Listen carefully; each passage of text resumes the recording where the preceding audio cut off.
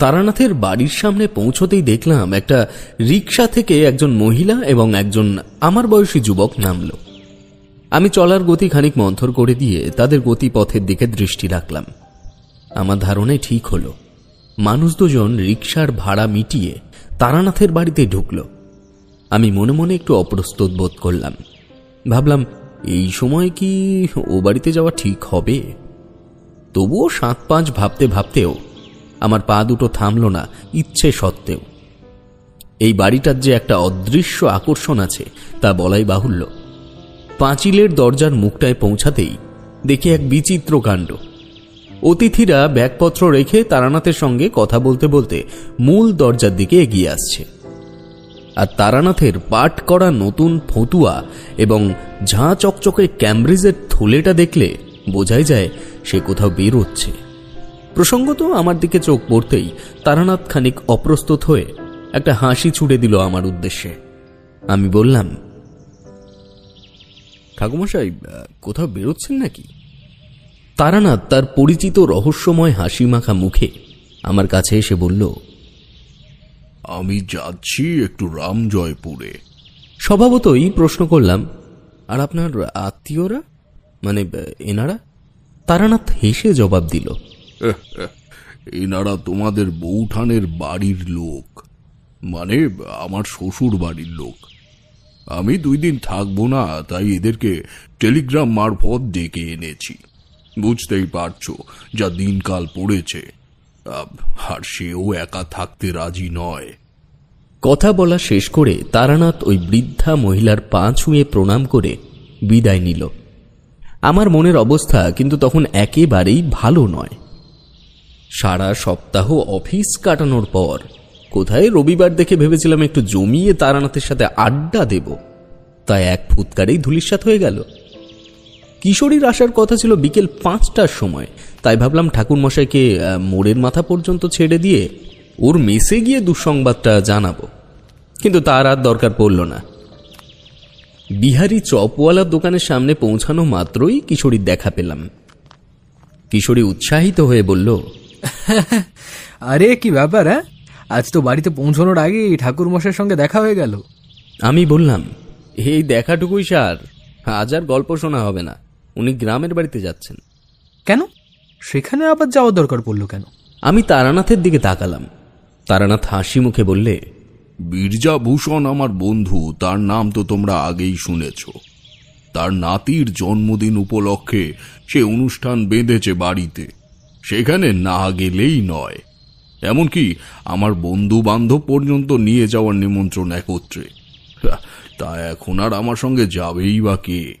যে আমরা যাব? তারানাথের কথা শেষ না হতেই এই প্রস্তাব রাখল কিশোরী। আমি একবার দুজনের মুখের দিকে দ্রুত দৃষ্টি চালিয়ে একটা ছন্দ ফিরে পেয়ে বললাম, তাই তো, আমরা তো যেতে পারি আপনার সঙ্গে। আর তোমার অফিস? আরে সে থাক, সে 1-2 দিনের জন্য কি আর মহাভারত অশুদ্ধ হবে? এমনিও বর্ষা বাদলায় ব্যবসার অবস্থা ভালো নয়। চলুন না, এই ফিকিরে আপনারও গ্রাম ঘোরা হয়ে যাবে আমাদের। তারানাথ উৎসুক দৃষ্টিতে আমাদের দিকে চেয়ে বললে, তা বেশ, চলো তবে। 3 দিনের মাথায় আমরা ফিরে আসব। আমি এখানে অপেক্ষা করি, তোমরা দ্রুত গোছগাছ করে চলে এসো। ট্রেন কিন্তু আর কিছুক্ষণ বাদেই। সম্মতি পেয়ে আমরা ছুটলাম যে যার বাসার উদ্দেশ্যে। স্ত্রীকে বলার সময়টুকু পর্যন্ত পেলাম না কোথায় যাচ্ছি। কোনো মতে 2 দিন বাদে ফিরবো বলে বেরিয়ে পড়লাম একটা ব্যাগ নিয়ে। পৌঁছে দেখি কিশোরী আমার আগে এসে উপস্থিত হয়েছে সেখানে। ও 1 ফিটন গাড়ির চালকের সঙ্গে আমাদের স্টেশন পর্যন্ত পৌঁছে দেওয়ার ভাড়া নিয়ে সওদা করছে। আমি এসেই প্রথমে 1 প্যাকেট পাসিং শো কিনে নিলাম তারানাথের জন্যে। ততক্ষণে কিশোরী চালকের সঙ্গে কথাবার্তা পাকাপাকি করে ফেলেছে। অবশেষে বহু দিনের একটা গুপ্ত ইচ্ছে পূরণ হলো আমার। অবশ্য কিশোরীরও বোধহয় ইচ্ছে নেহাত কম ছিল না। যখন হুগলি স্টেশনে পৌঁছালাম তখন সময় সন্ধ্যা 7:25। তারানাথ বলল, একটা ছোট্ট শাখা নদী পার হয়ে যেতে হবে আমাদের গ্রামে। বেশি দূর নয়, এখান থেকে মাইল 2 গেলেই ঘাট। আমি তো আরো সকাল সকাল বেরিয়ে পড়তাম, কিন্তু ওই যে স্বজনদের এসে পৌঁছতে এত দেরি হওয়ায় তার হলো না। চলো একটা ভ্যান বা রিক্সা পাওয়া যায় কিনা দেখি। রিক্সা পেতে বেশি বেগ পেতে হলো না। স্টেশন চত্বর থেকে নেমে এসেই ফেরিতে যাওয়ার একের পর এক রিক্সা ও ভ্যান সব দাঁড়িয়ে আছে। আমরা একটা ভ্যানে চেপে ফেরিঘাট পৌঁছালাম, কিন্তু ফেরি পারাপারের জন্য আর ঢালাও নৌকা পাওয়া গেল না। এমনকি সহযাত্রীও কেউ নেই, আমরা 3 জন বাদে। অনতি দূরে একজন হ্যারিকেন নিয়ে হেঁটে যাচ্ছে দেখে আমরা তার দিকেই এগিয়ে গেলাম। তারানাথ তাকে ডাকল। ওহে, আরে এদিকে। আচ্ছা বলছি, এখানে এখন ফেরি পারাপারের কোনো ব্যবস্থা আছে কি? হ্যারিকেনধারী ব্যক্তি আমাদের দিকে এগিয়ে এলেন ডাক শুনে। সামনে আসতে দেখলাম উনি একজন বৃদ্ধ, বয়স তারানাথের মতনই হবে। ঠোঁটের ওপরে মোটা পাকানো গোঁপ, মাথায় চুল উস্কো খুস্কো। আমাদের মুখের কাছে হ্যারিকেন তুলে নিয়ে বললেন, এই সময় ওপারে যাওয়ার নৌকা পাবেন না বাবু, খানিক আগে আসলেও পেতেন। কোনো ব্যবস্থাই করা যায় নাকি? বৃদ্ধ তারানাথের দিকে সন্দিগ্ধ দৃষ্টিতে একবার চেয়ে বললেন, আপনাকে চেনা চেনা লাগছে। এই ঘাটের থেকে মনে হয় আগে কয়েকবার পার হতে দেখেছি, তাই না? হ্যাঁ, ঠিকই ধরেছেন। আমার বাড়ি ওই রামজয়পুর গ্রামেই। এখন কলকাতায় থাকি, তাই বাড়ি যেতে হলে এই পথের থেকেই আমায় যেতে হয়। এরা দুজন হলো আমার বন্ধু। আজ একটু দেরি হয়ে গেল তো। এই উষ্ণ পরিচিতিতে কাজ হলো যথেষ্ট। বৃদ্ধ আগন্তুক ভ্রুকুটি করে বললেন, আমি যাচ্ছি ঘুনি বাঁধতে। আমার নৌকা আছে, কিন্তু এত রাতে আবার একা ফিরবো, সেটা কি ঠিক হবে? শরীরটা খুব একটা ভালো না আমার। কিশোরী বরাবরই বেফাঁস কথা বলতে ওস্তাদ। ও বলে উঠল, কেন বলুন তো? একা আসলে কি ভূত ধরার কোনো ব্যাপার আছে নাকি? তারানাথ রুষ্ঠ দৃষ্টিতে কিশোরীর দিকে চাইল, তারপর বলল, যদি আপত্তি না হয় তাহলে আমার বাড়িতে আজ রাতটা না হয় থেকে যাবেন। কাল সকাল হলে একেবারে লোক নিয়ে ফিরবেন এই গাঙে। বৃদ্ধ খানিক চুপ করে থেকে ইতিবাচক মাথা নাড়ল, তারপর বলল, বেশ, তবে চলুন। আমি একা মানুষ, ঘর সংসার নেই, তাই যেতে পারছি। আপনাদের কপালে হয়তো আমি লেখা ছিলাম। তারানাথ ওনাকে নমস্কার করে বললে, একদম ঠিক বলেছেন আপনি। আমার মন বলছিল কোনো একটা বিপদে আজ পড়তে চলেছি। আপনি না থাকলে মনের আশঙ্কা সত্যি হয়ে যেত। আমরা শাখা নদী বরাবর খানিকটা জঙ্গলাকীর্ণ জায়গা ধরে এগিয়ে গিয়ে একটা পরিষ্কার ঘাট মতো জায়গায় পৌঁছালাম। যদিও সেই পরিষ্কার বা বালুময় উপত্যকার পরিধি একেবারেই বড় নয়। বৃদ্ধ মাঝি বললেন, আমি কেবল মাছ ধরে এই দিন কাটাই, লোক পারাপার এখন আর করি নে। তাই ওই ঘাটে আমি নৌকা বাঁধিও না, এই জায়গাতেই রাখি। এই কথায় আমরা কেবল ও বেশ বা এই জাতীয় কথাগুলি বলে নৌকায় চাপলাম। কিশোরী হামাগুড়ি দিয়ে ছোয়ের ভেতরে গিয়ে ঢুকল।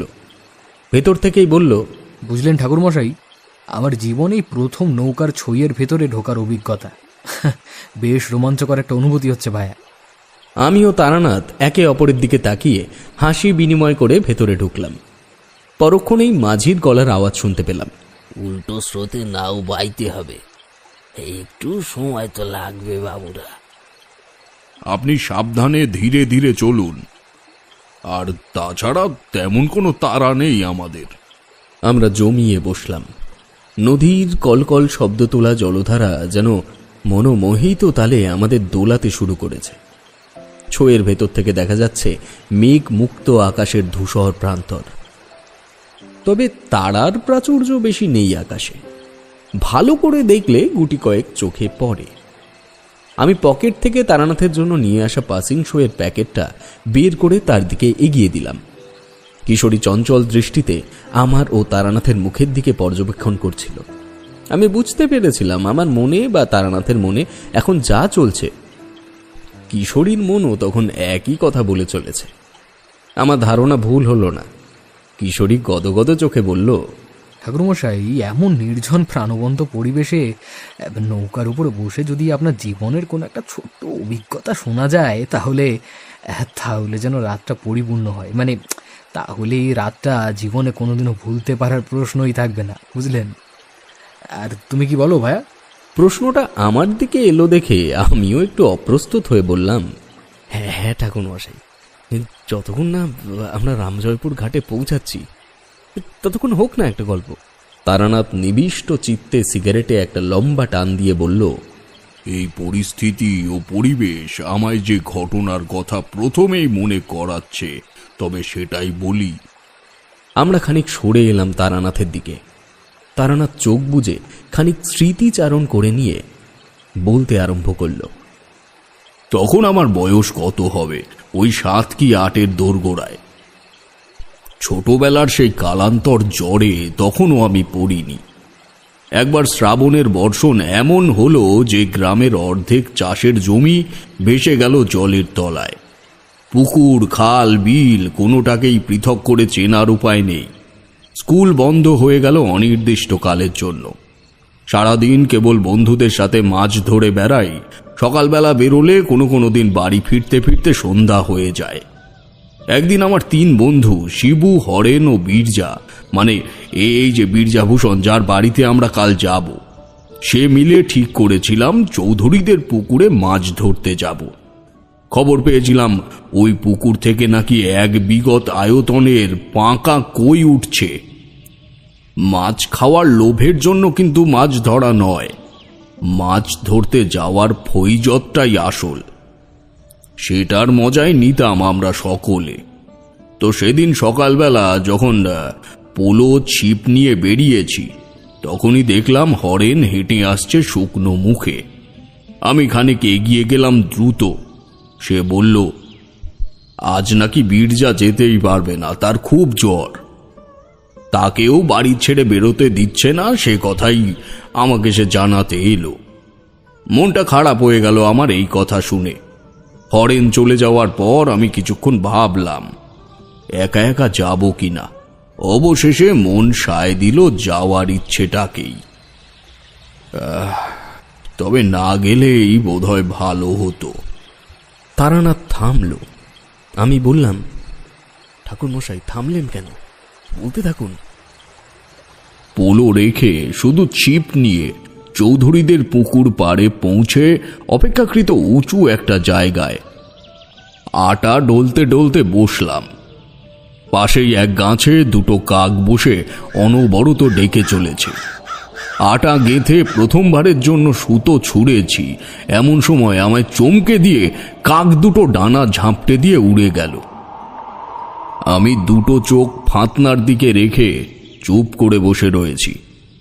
এমন সময় হঠাৎ হাতে ধরে থাকা বড়শিতে মৃদু টান অনুভব করলাম। পরক্ষণেই একজোড়া কালো কুচকুচে হাত জলের তলার থেকে বেরিয়ে এসে আমার বড়শির ফাতনা এক টানে নিয়ে গেল জলের তলায়। আমিও নিজেকে সামলাতে না পেরে ছিটকে পড়লাম খানিকটা পুকুরের দিকে। এমন সময় লক্ষ্য করলাম গোটা 10 কাক ওই পুকুরকে কেন্দ্র করে ঘুরছে এবং ডেকে চলেছে অবিরাম। যেন প্রথমের কাক 2টি আমার এই অসহায় অপ্রস্তুত অবস্থা দেখার জন্যে তার সঙ্গীদের ডেকে এনেছে। আমি কোনো রকমে নিজেকে টেনে হিঁচড়ে দাঁড় করালাম। পা থেকে প্রায় হাঁটু পর্যন্ত গেঁথে গিয়েছে পুকুরের জল সংলগ্ন নরম মাটিতে। তারপর দিকবিদিক জ্ঞান শূন্যের মতো দৌড় লাগালাম বাড়ির উদ্দেশ্যে। কোনো রকমে বাড়ি পৌঁছে যখন ঠাকুরমার ঘরের খাটের উপরে গিয়ে শুয়ে আছি, তখন শুনতে পেলাম একটা হট্টগোল বাইরে রাস্তার দিকে। বেরিয়ে এসে দেখি ঠাকুরদা হন্তদন্ত হয়ে বাড়ির উঠোনে ঢুকছে। বড় জ্যাঠা বাজারের ব্যাগ নিয়ে ঘরের থেকে বেরোচ্ছিলেন। জিজ্ঞেস করলেন, কি হয়েছে বাবা? আপনাকে এত উত্তেজিত দেখাচ্ছে কেন? ঠাকুরদা দাওয়ায় বসে বললেন, চৌধুরী পুকুর থেকে এইমাত্র একটা বুড়ির মৃতদেহ পাওয়া গেছে। মিত্তিরা জাল ফেলেছিল খানিকক্ষণ আগে পুকুরে, সেই জালে পেঁচিয়ে উঠেছে। কোন বুড়ি? এই গ্রামের কেউ? ঠাকুরদা মাথা নেড়ে বললেন, বুড়ির নাম মতি বিবি, নিতাইগঞ্জে বাড়ি। কাজ করতো বলরাম ঘোষের ধানের গোলায়। দারোগা এসেছে ওখানে। এমন বিধি গিচ্ছিরি অবস্থা, আমার বুকের রক্ত হিম হয়ে গেল মুহূর্তেই। আমার সঙ্গে খানিক আগে ঘটে যাওয়া ঘটনার সঙ্গে আমি মিল খুঁজতে শুরু করেছি এই ঘটনার। মনের ভেতরকার তোলপাড় সামলাতে না পেরে ঠাকুরদাকে সব বললাম। ঠাকুরদা বলল, তুই নিশ্চিত? তুই যা বলছিস সেই ব্যাপারে? আমি সম্মতি দিলাম। বললাম, হ্যাঁ দাদু, আমি স্পষ্ট দেখেছি। ঠাকুরদা আমার চোখের দিকে স্থির দৃষ্টিতে চেয়ে রইল খানিকক্ষণ। বুঝতে পেরেছিলাম সে কিছু কথা বলতে গিয়েও এড়িয়ে গেল বিষয়টা। দিন কয়েক কেটে গেল, ধীরে ধীরে গ্রামে ওঠা শোরগোলটা ঠান্ডা হয়ে এলো। একদিন দুপুরবেলা খাওয়া দাওয়া করে আমি ঠাকুরমার কাঁথার তলায় পঞ্চতন্ত্র শুনতে ঢুকেছি। এমন সময় বাইরের থেকে হাঁক শুনতে পেলাম। মুখুজ্জে মশাই বাড়ি আছেন? ঠাকুমার পেছন পেছন আমিও উঠে বাইরে এলাম।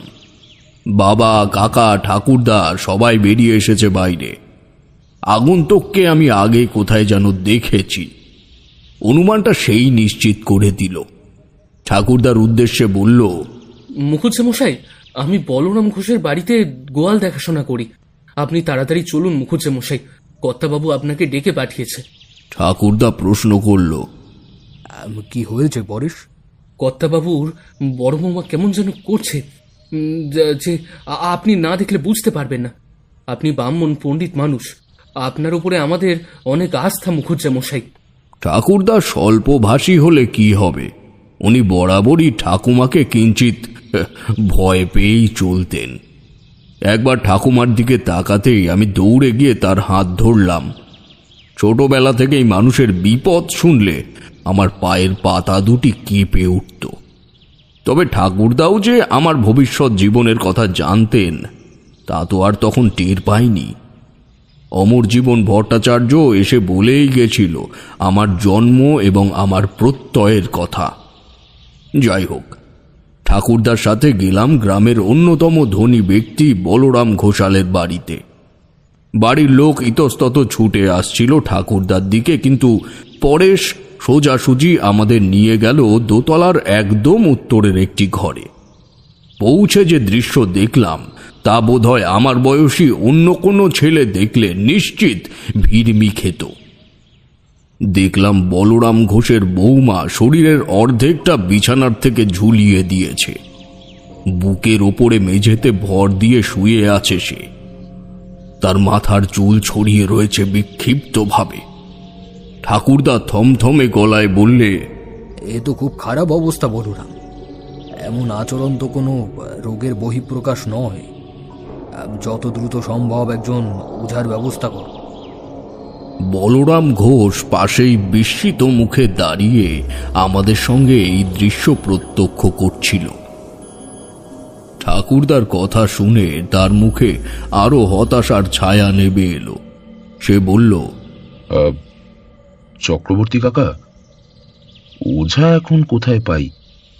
তাছাড়া এমন শ্রেণীর কোনো মানুষের সাথে আমার সাত পুরুষেরও পরিচয় নেই।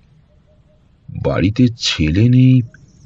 তাকে কলকাতায় চিঠি পাঠিয়েছে আজ বৌমার এই অবস্থার কথা জানিয়ে। বড় ছেলে শশীদুলাল রয়েছে, কিন্তু তার অবস্থাও আমার মতো। ভয়েতে সে কেমন মুষড়ে পড়েছে। এসব কি হচ্ছে বাড়িতে?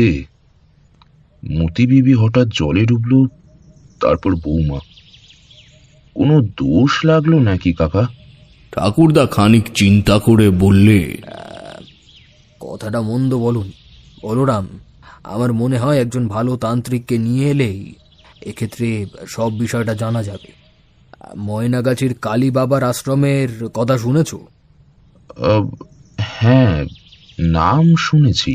হ্যাঁ, তা ওনাকে একবার ডেকে আনতে পারো। শুনেছি ওই তান্ত্রিকের ক্ষমতা প্রচুর। যদি ভণ্ড না হয়, যদি প্রবাদ বাস্তব হয়, তাহলে উনি কোনো না কোনো একটা পথ বলে দিতে পারবেন। তাহলে এই মুহূর্তে? এই মুহূর্তে বৌমাকে ধরাধরি করে খাটে শুইয়ে দাও। বলরাম ঘোষ কেমন বিবেচনাহীন মুখে খানিক চেয়ে রইল দাদুর দিকে। তারপর বলল, এই চক্রবর্তী কাকা, একটু ধরুন আমার সঙ্গে, আসুন। ঠাকুরদা এবং বলরাম ঘোষ এগিয়ে গিয়ে বউটির দুটি হাত ধরেই একে অপরের দিকে তাকালো। ঠাকুরদা বলল, এ তো একেবারে পাথর হয়ে গেছে। বলরাম, তুমি ছাড়ো, আমি দেখছি। আমি ততক্ষণে ঘরের ভেতরে ঢুকেছি। ঠাকুরদা বউটিকে পাজা করে তুলতেই বুকের ভেতরটা হিম হয়ে গেল আমার। বলরাম ঘোষেরও একই অবস্থা। বউটির শরীর যেন একটা কাঠের পুতুলে পরিণত হয়েছে। যেমন পড়েছিল ঠিক তেমনি জমে যাওয়া বরফ খণ্ডের মতো বিচিত্র আকৃতি নিয়ে সে পড়ে রইল বিছানার ওপরেও। দরজার বাইরের থেকে মহিলা কণ্ঠ শুনতে পেলাম, কাকা বাবু, মেয়েটির কি অবস্থা হলো বলুন তো, ওকে বাঁচাতে পারবো তো? আপনার ভাইপোকে বলুন না ঘরের কোনো ডাক্তারের কাছে নিয়ে যেতে। সেটা এই সময় বাড়িতে নেই। ঠাকুরদা বলল, এই কাজ ডাক্তারের দ্বারা সম্ভব নয়। বলরাম ঘোষালকে বেরিয়ে পড়তে বলল ময়নাগাছির উদ্দেশ্যে। কালীবাবা নামক একজন তান্ত্রিককে নিয়ে আসার কথা বলল এখানে। কাকা বাবু, আপনার তো খুব প্রতাপ এই গ্রামে, আশেপাশের গ্রামেও আপনার সুনাম বিস্তর। আপনি নিজে একটু যান না ওনার সাথে, তাহলে খুব কৃতজ্ঞ থাকবো। আমার মনটা যে পুড়ে ছাই হয়ে যাচ্ছে। বলরাম ঘোষাল বোধহয় এই প্রস্তাবই রাখতে চাইছিলেন ঠাকুরদার সামনে। উনিও কুঞ্চিত মুখে হাত জোড় করলেন। ঠাকুরদা আমার দিকে তাকিয়ে বললে, যাবি তুই? আমি মাথা নাড়িয়ে হ্যাঁ জানালাম। বলরাম ঘোষ আমাদের গ্রামের অন্যতম একজন ধনী ব্যক্তি। ওনার জিম্মায় নেই করে তাও 15টা গরু ও ঘোড়ার গাড়ি ছিল। সঙ্গে সঙ্গে নিচে গিয়ে চাকরকে বলে একটা গরুর গাড়ির ব্যবস্থা করে নিলেন উনি। চালক আমাদের পরিচিত, তার নাম লক্ষণ। এক পুঁটলি পয়সা নিয়ে গৃহস্বামী গরুর গাড়িতে চাপলেন। কালীবাবার উদরপূর্তির জন্য এই ব্যবস্থা।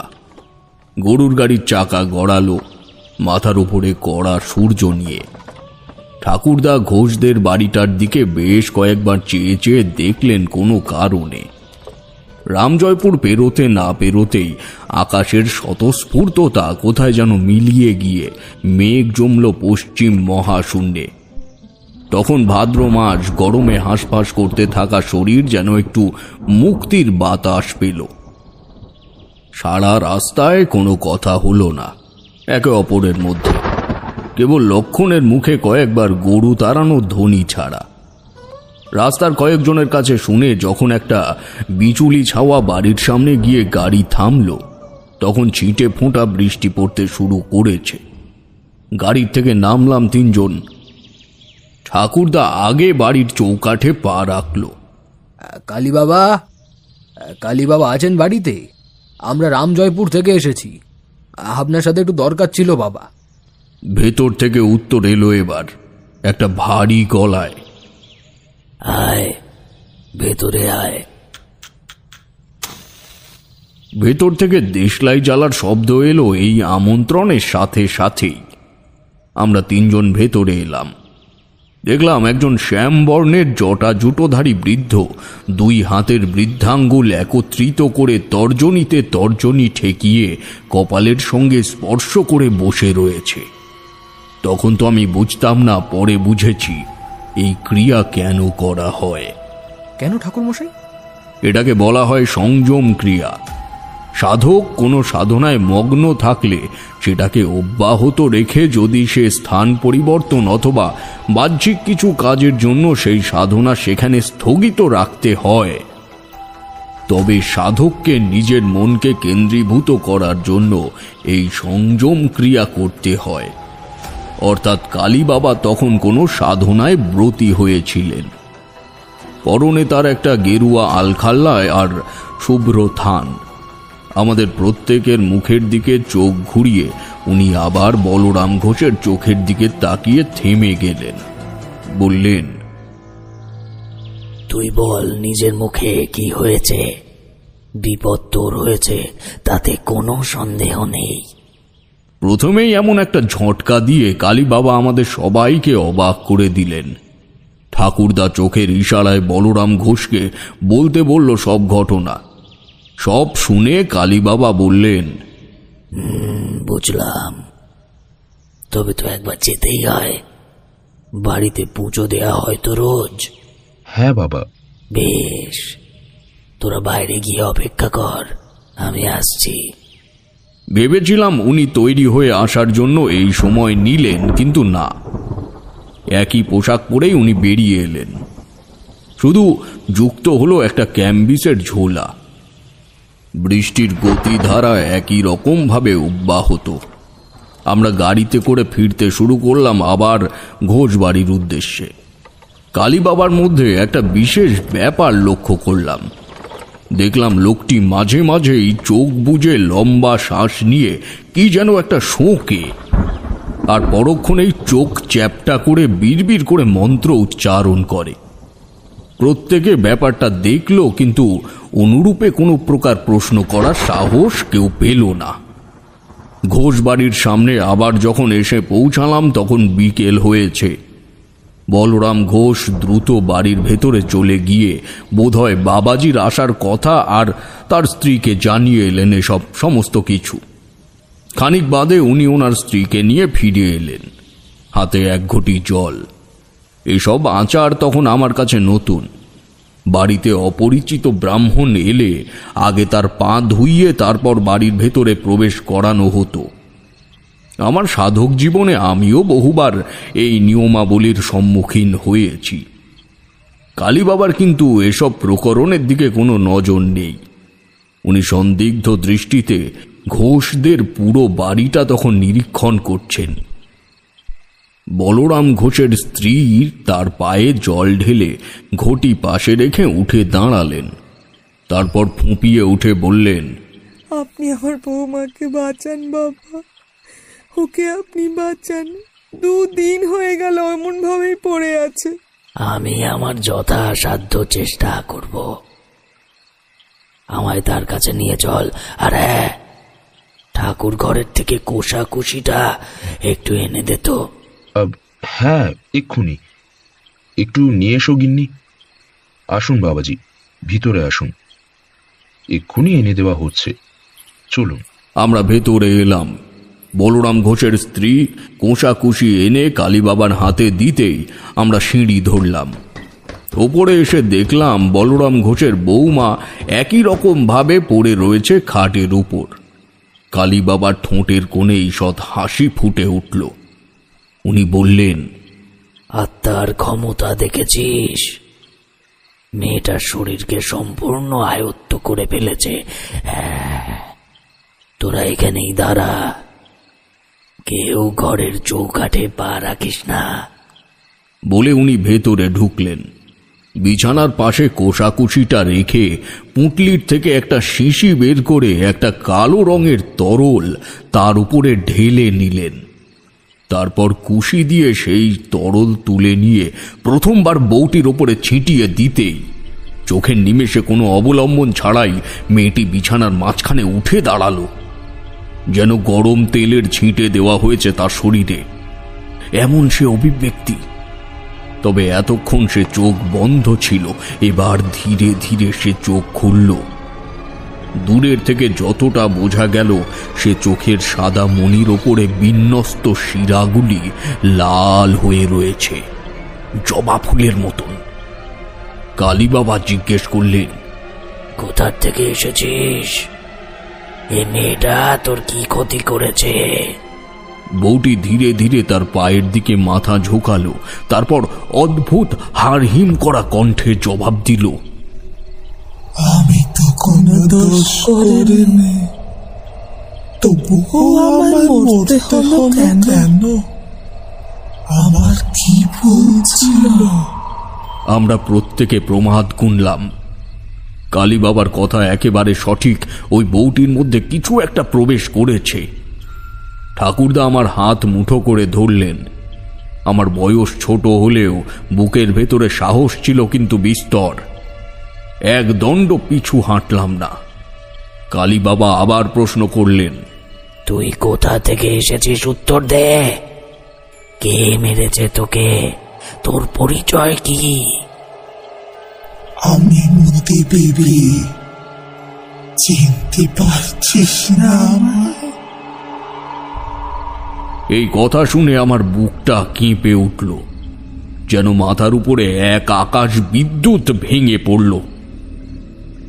ঠাকুরদার মুখে হাত উঠেছে। বলরাম ঘোষ বিস্মিত হয়ে দরজার পাল্লা চেপে ধরেছে।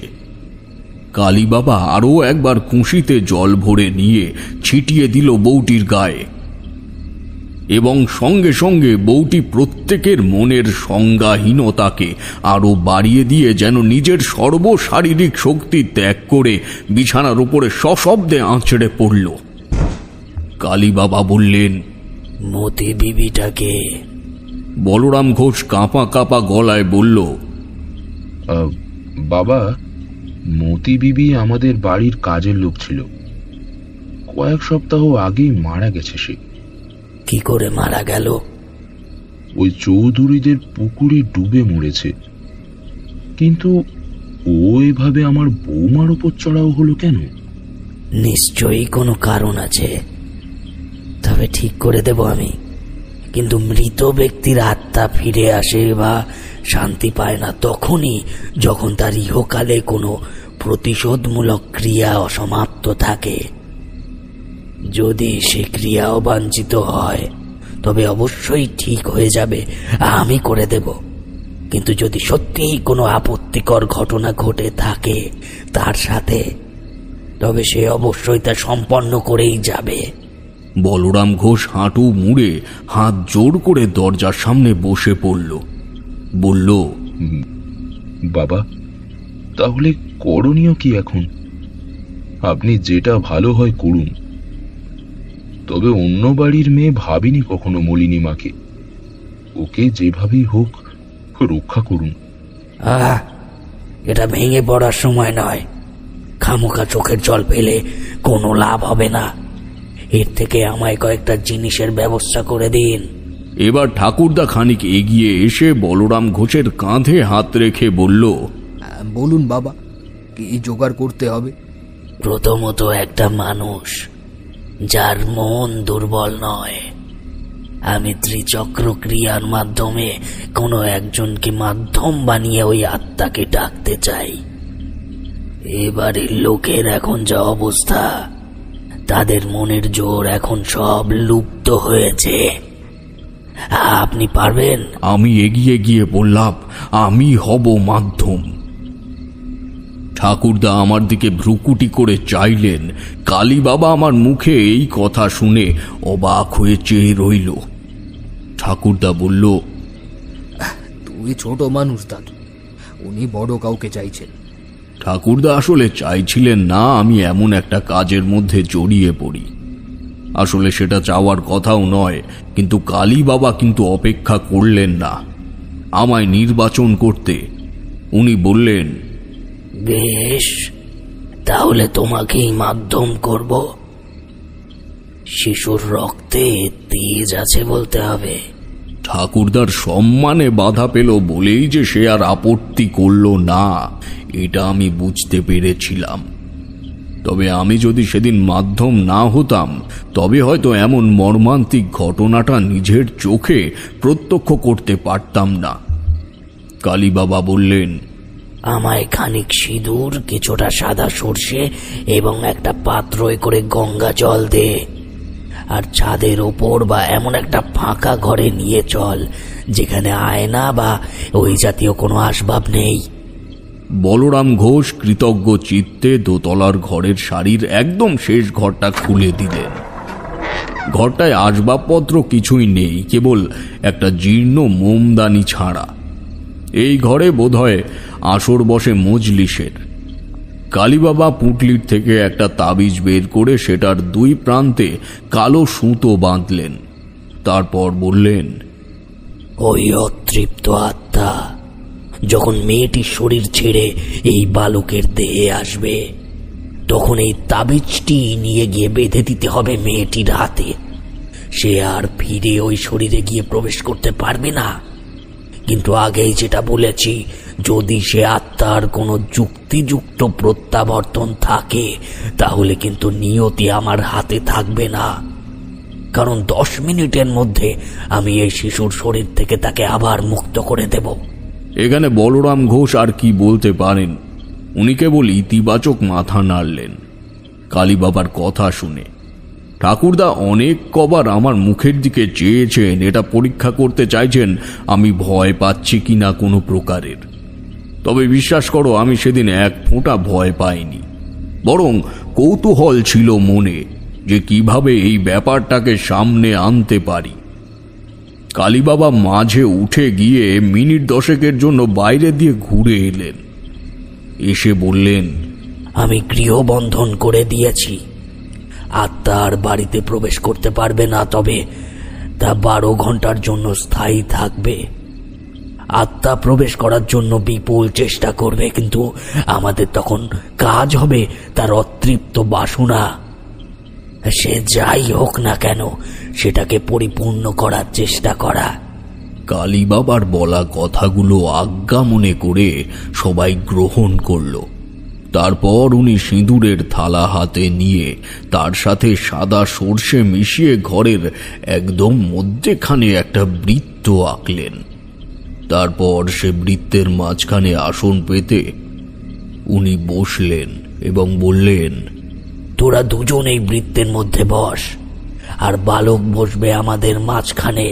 তার আগে যা, তোর বউয়ের কাছে এই তাবিজটা দিয়ে আয়।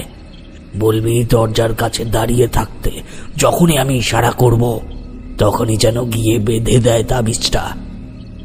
বলরাম ঘোষ গিয়ে তার স্ত্রীকে দিয়ে এলো তাবিজ।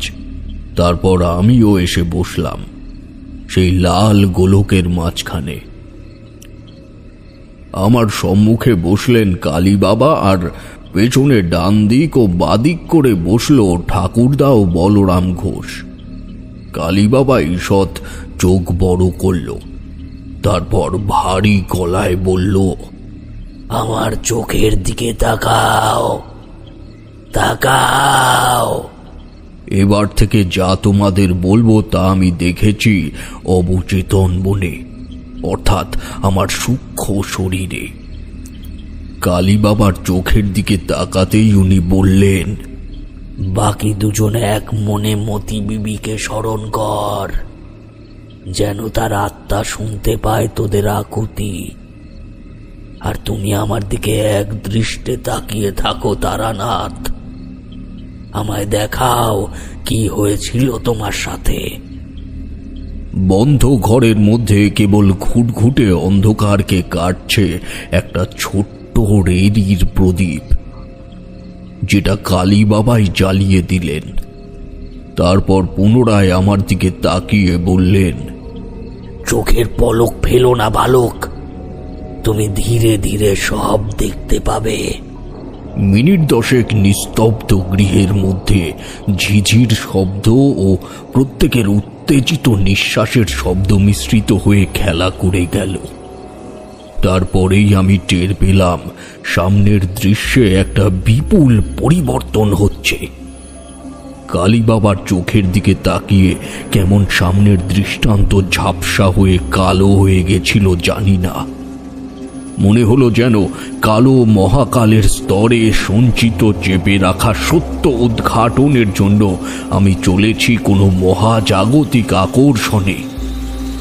একটা কালো দেওয়ালের সামনে গিয়ে থেমে গেল আমার মৌন চলন। পরক্ষণেই টের পেলাম কোনো কালো দেওয়াল নয়, আমি দাঁড়িয়ে রয়েছি বলরাম ঘোষের বাড়ির বারান্দাতেই কোনো এক রাত্রিরের পটভূমিতে।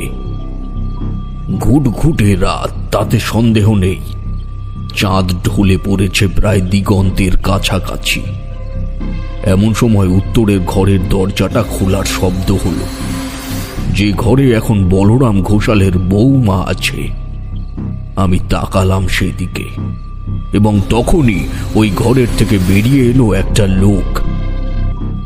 আমায় দেখে প্রথমেই অবাক হলো, তারপরেই রোষে ভরা চোখ নিয়ে কাছে এসে বলল, হে বুড়ি, এই কথা যদি 2 কানে যায় তাহলে তোকে শেষ করে দেব, বুঝলি? হ্যাঁ, না না না না না না, তোকে বাঁচিয়ে রাখা ঠিক হবে না, তোকে রাখা যাবে না, তোকে আজই শেষ করে ফেলবো। আমার যেন নিঃশ্বাস বন্ধ হয়ে আসতে লাগলো। কোনো কিছু বুঝে ওঠার আগেই আমার শরীরে, নাকে, মুখে কিছু একটা গুঁড়ো পদার্থ ঢুকতেই আমি কাশতে কাশতে প্রকৃতিস্থ হলাম। দেখলাম আমি কালী বাবার সামনেই বসে আছি।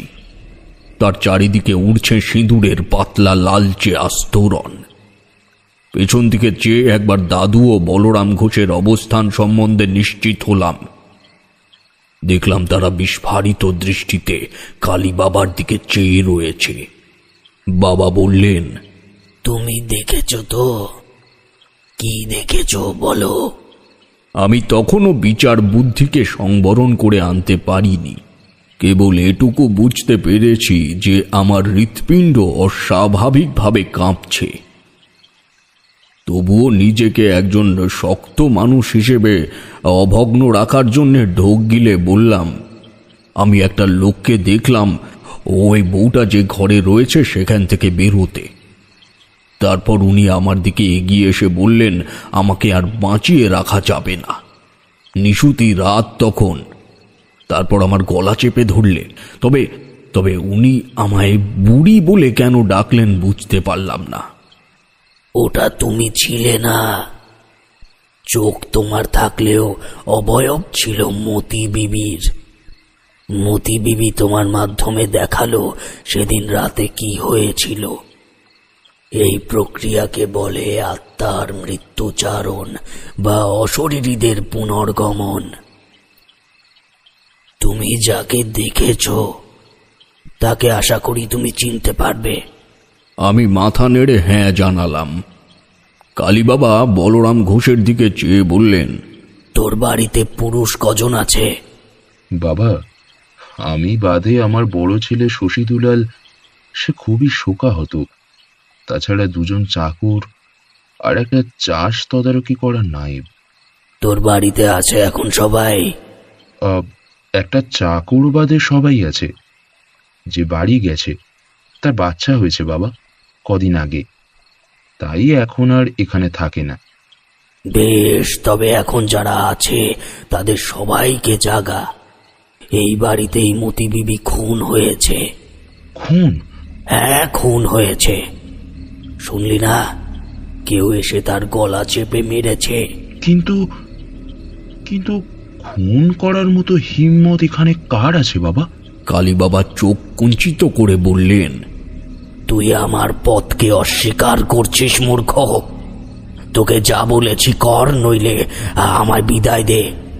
আমি কুলার্ণব সাধনা সিদ্ধ তান্ত্রিক, কর্মফল কখনো আমার বিফল হয় না। বলরাম ঘোষ মুখ কাঁচু মাচু করে মাথা ঠুকলেন মেঝেতে। আমায় ক্ষমা করে দিন বাবা, আমি উন্মাদ হয়ে উঠেছি ভিতরে ভিতরে। তাই আমার মন্তব্যকে দয়া করে যুক্তি অযুক্তির কাঠগড়ায় দাঁড় করাবেন না। আমি এক্ষুনি সকলকে ডাকছি। বলে উনি বেরিয়ে গেলেন ঘরের থেকে। ঠাকুরদা বললেন, মেয়েটিকে একবার দেখে আসবো বাবা। উনি ঘাড় নেড়ে সম্মতি জানালেন। আমিও দাদুর সাথে গেলাম। আমার সারা শরীরে সিঁদুরের ছিটে লেগে রয়েছে ইতস্তত। বউটি কিন্তু এবার একদম স্বাভাবিকভাবেই শুয়ে রয়েছে বিছানার ওপরে। বলরাম ঘোষের বউ বৌমার মাথার কাছে বসে তার মাথায় হাত বুলিয়ে দিচ্ছে। তার চোখের কোলে জল জমল ঠাকুরদাকে দেখে। বলরাম ঘোষ একে একে সবাইকে জাগিয়ে নিয়ে আসছে ওই ঘরে। তা শুনতে পেয়ে আমি আর ঠাকুরদা আবার গেলাম ওই ঘরের ভেতরে। কালী বাবা হাতের ইশারায় আমায় কাছে ডাকলেন। ততক্ষণে আমি ঘোরের মধ্যে দেখা ওই যে ঘোরে আমি কালী বাবার চোখে হারিয়ে গিয়েছিলাম, যে ব্যক্তিটিকে ওই ঘোরের মধ্যে দেখেছিলাম, সেই ব্যক্তিটিকে এদের মধ্যেও খুঁজে ফেলেছি। কালী বাবা বললেন, দেখো তো বালক, এর মধ্যে কি সেই ব্যক্তি আছে? আমি এক মুহূর্ত দেরি না করে আঙুল দিয়ে দেখিয়ে দিলাম পরিপাটি পোশাক পরিহিত একটা লোককে। বলরাম ঘোষ চিৎকার করে উঠল, শশী দুলাল, তুমি মেরেছ মতি বিবিকে? কেন শশী দুলাল? কেন? এই কাজ তুমি কেন করলে? শশী দুলাল প্রথমে প্রতিবাদ করতে গিয়েও থেমে গেল। নিয়তির সত্যতার সামনে কি আর কথা বলা চলে? সে জল ভরা চোখে কালী বাবার দিকে চেয়ে বলল, আমার সঙ্গে মলিনার একটা সম্পর্ক আছে বাবা, একটা সম্পর্ক আছে। বাবাজি হাতের ইশারায় শশী দুলালকে থামতে বলে বললেন, বাচ্চাটিকে নিয়ে বাইরে যাও। আমি একজন চাকরের হাত ধরে নিচে চলে এলাম। পরে জানতে পেরেছিলাম আমি সবটাই, যদিও সেটা অনেক পরে, কারণ ছোটবেলায় ওই বয়সে আমার সামনে এ সমস্ত কথা আলোচনা করা একেবারেই সমীচীন নয়। বলরাম ঘোষের বড় ছেলে ছিল বিপত্নিক। সে কলকাতায় থাকতো ছোট থেকেই। এই কারণে আমিও তাকে সেবারের আগে কোনোদিনও দেখিনি। দিন কয়েক আগেই বাড়ি এসে ধীরে ধীরে জড়িয়ে পড়েছিল ভাইয়ের স্ত্রীর সঙ্গে এক ধরনের মৈত্রিক সম্পর্কে। এমনই এক রাতে সে যখন গোপনে তার ভাইয়ের ঘরের থেকে বের হচ্ছিল, তখন মতি বিবি কোনো কারণে দাঁড়িয়েছিল বারান্দায়, এবং তার চোখে পড়ে যায় সেই সময় সব কিছু। তারপরেই শশী দুলাল তার বাবার থেকে, এমনকি গোটা সমাজের থেকে বিষয়টাকে আড়াল করবার জন্য নিয়ে নেয় বৃদ্ধার প্রাণ। বলরাম ঘোষের বাড়ির থেকে হেঁটে আসলে প্রথম পুকুর চৌধুরীদেরই বাঁধে। সে ওই বুড়ির মৃতদেহ সন্তর্পণে বয়ে নিয়ে এসে ওই পুকুরে ফেলে দেয়। তবে আমি যেদিন মাছ ধরতে গেলাম সেদিন আমার সঙ্গে ওই ঘটনা ঘটল কেন, তার ব্যাখ্যা আমি পাইনি। হয়তো আত্মারা ভবিষ্যৎ দেখতে পায়। মতি বিবি হয়তো জানতো আমি তার মৃত্যুর কারণ উদ্ঘাটনে সাহায্য করব। তারানাথ থামল। কিশোরী প্রশ্ন করল, আর ঠাকুরমশাই, শশী দুলালের কি হলো? তারানাথ একটা সিগারেট ধরিয়ে বলল, সে মারা গিয়েছিল ওই দিন দুপুর বেলায়, অর্থাৎ কালী বাবার বলে দেওয়া 12 ঘন্টা হয়ে যাওয়ার পর। তার সংকল্প ছিল বলরাম ঘোষের বৌমা এবং শশী দুলাল দুজনকেই মেরে ফেলার, কিন্তু কালী বাবার দেওয়া তাবিজের গুণে মেয়েটি বেঁচে গেল, যদিও সে প্রত্যক্ষ দোষী ছিল না। তবে পরবর্তীতে ময়নাগাছি গ্রামে গেছিলাম বেশ কয়েকবার, মানে ওই সাধক জীবনে পা রাখার পরে, কিন্তু সেই তান্ত্রিককে আর কোনোদিনও দেখিনি। লোকটির ক্ষমতা ছিল কিছু, সেটা বুঝেছি পরে, যখন তা অর্জন করতে গিয়েই আমার অর্ধেক জীবন কেটে গেল। তবুও প্রকৃত তান্ত্রিক আর হতে পারলাম কই। বলে তারানাথ হতাশ হয়ে আবার সিগারেটে টান দিল।